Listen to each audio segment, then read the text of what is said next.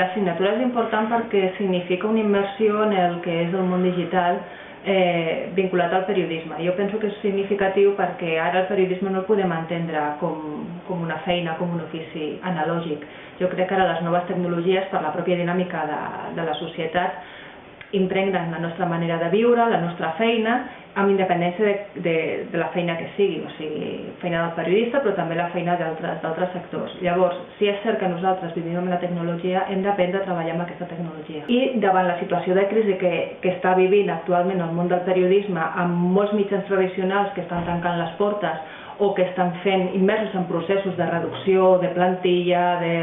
de reformular la seva manera de fer, doncs jo crec que la porta digital és una de les sortides que té ara la persona que estigui a punt de llicenciar-se en periodisme o les persones que fa molt de temps que treballen de periodistes però que veuen que necessiten reciclar-se.